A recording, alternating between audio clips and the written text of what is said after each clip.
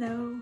So since it's now freshly the new year, I thought I'd reflect on some of my New Year's resolutions last year, the vision board I made, and then go into one of my specific resolutions I had set, which was reading 8 books, and kind of give you a review of the books that I read and some goals for this year, and possibly a little mini thrift haul. So yeah, I hope you guys enjoy. So in January 2024, I made myself the dream vision board. So this was my vision board. So as my very first goal that I had set for, or resolution that I had set for 2024, was just serve the Lord, was top of my list. And I think what I meant was like just coming to know him more, seeking him more. And even though I have so much more to learn and know about God, I think that this year, you know, through Bible studies and reading his word and prayer, like I think I have known him more, and I'm really thankful for that. So I would say my very first goal or resolution was completed, and it's exciting because it's not over, you know, like that's such a unending goal, and so I'm excited to have that at the top of my resolution list for 2025. So yeah, I would say that was successful. So number 2 on my list was daily walks. Where did that go? No, that didn't happen. That's okay. I'm glad that I set that as a goal, because I am now on the I want to start running journey in my life. So I might be bumping that back down to 2025 as well. Ironically enough, number 3 is spending time in God's word. Like I expressed in my number 1, I think I absolutely did. I completed the New Testament, and now I'm on my Old Testament read through, which is exciting. It's fun. I've never read through the whole Bible, and I mean that's one of the reasons. I'll discuss that later into my book reading for the year. But yeah, I mean I'm really excited to spend more time and continue. But yeah, so for my 4th goal for 2024, I set eating food that makes you feel good.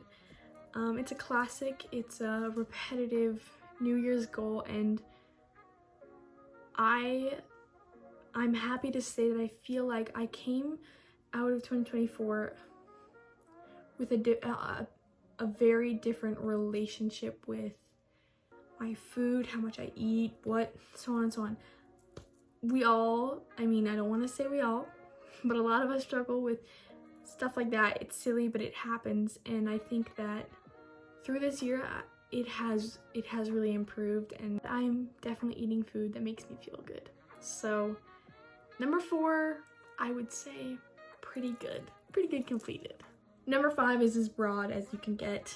It's dream big, and I think I'm excited and happy to say that I would say that I dreamt big in 2024.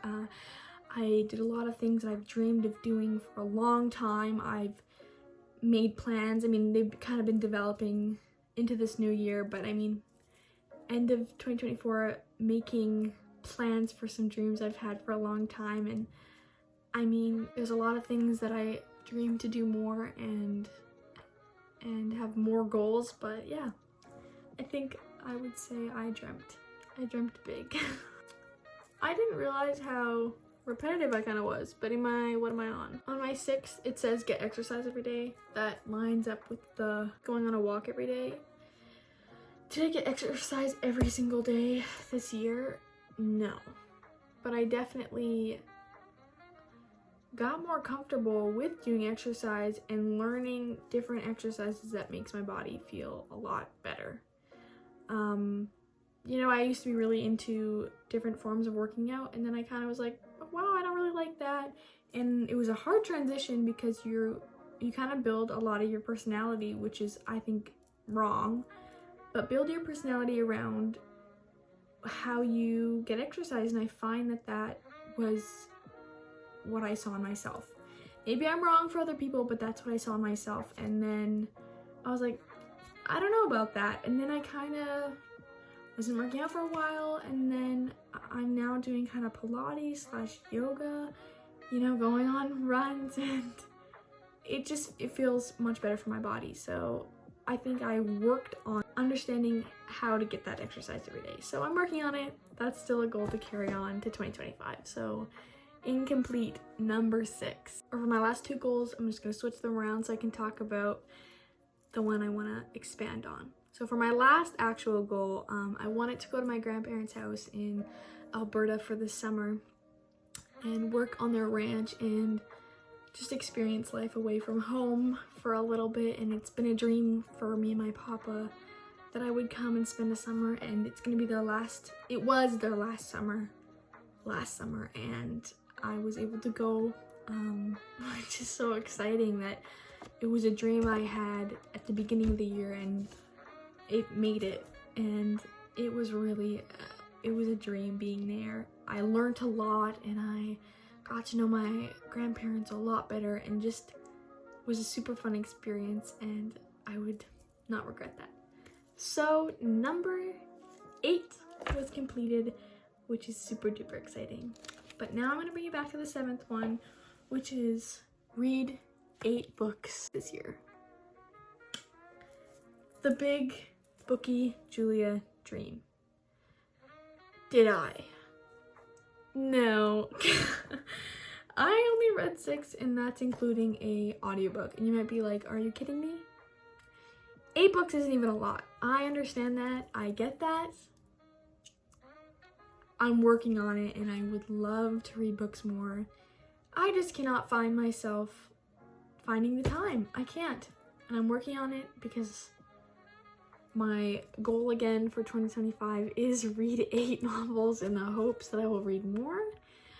But I'm working on it. I'm excited. I love reading. So since I had this goal, and I still do, I made a book review little page to remember these books, and yeah, I'm gonna go over my quick review with you.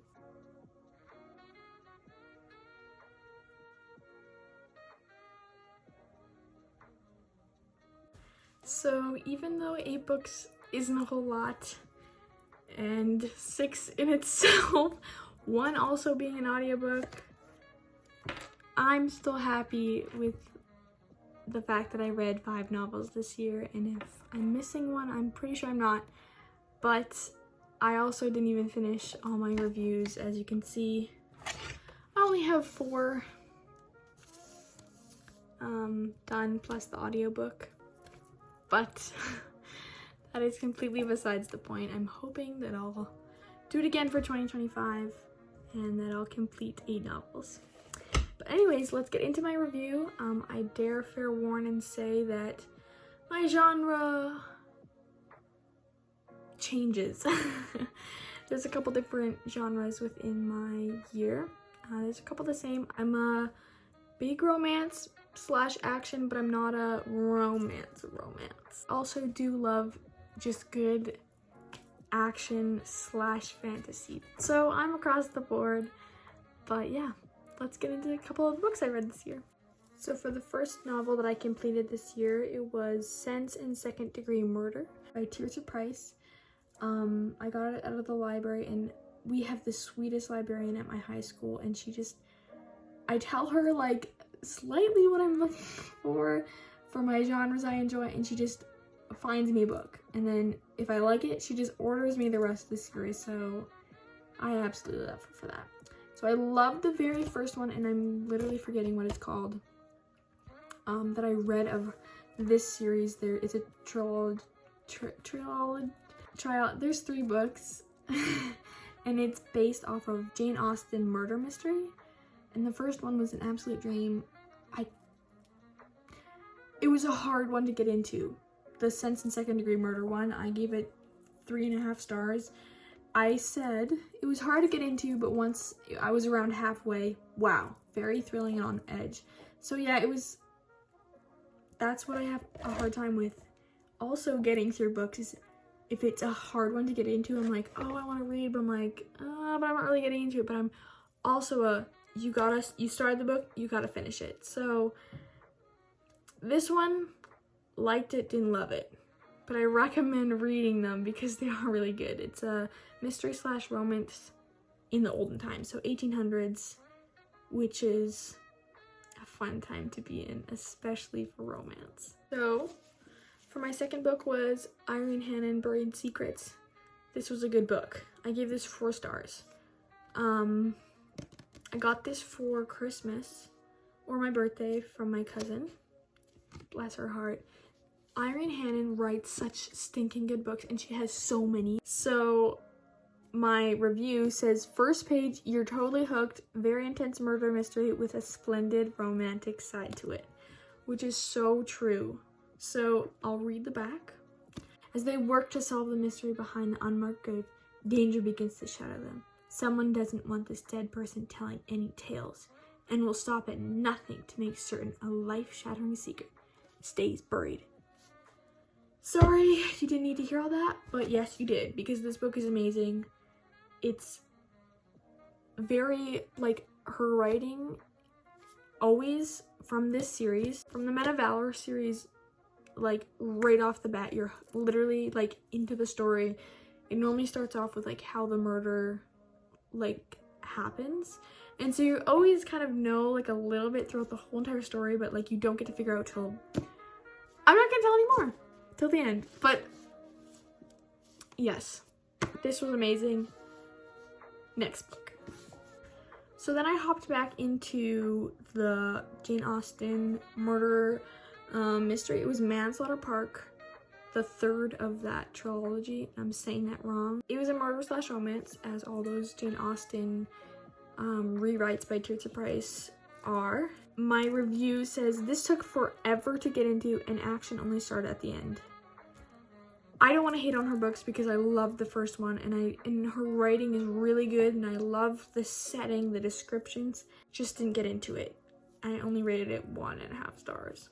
But I do recommend reading the first one for sure. So yes, that was Manslaughter Park. Kind of, there's a murder, there's some art involved, there's some love involved, family feuding. It's a whole scene. But yeah.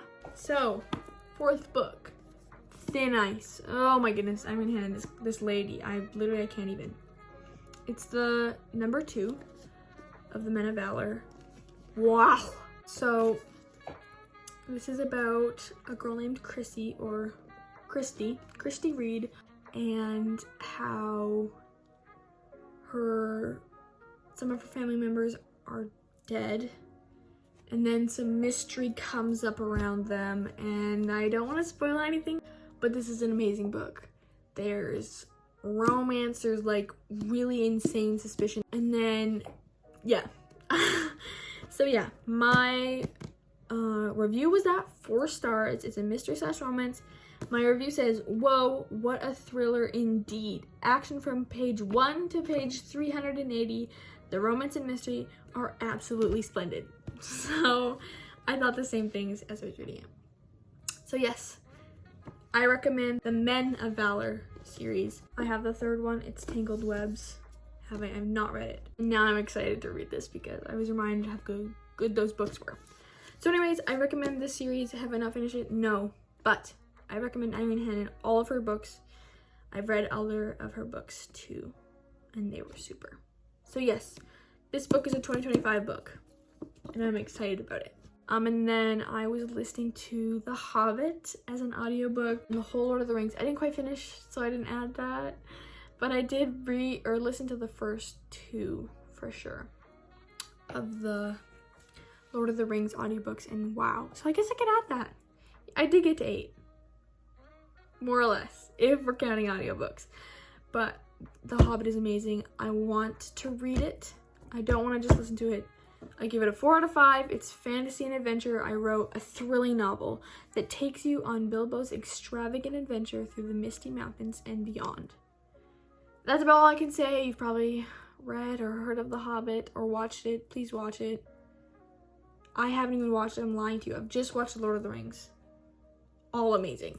Then, over the summer, when I was at my grandparents' house, I was like, okay, I have to read a book. I have to read a Western. How else am I supposed to work at a ranch and not read a Louis L'Amour Western? So I think I borrowed this from my sister.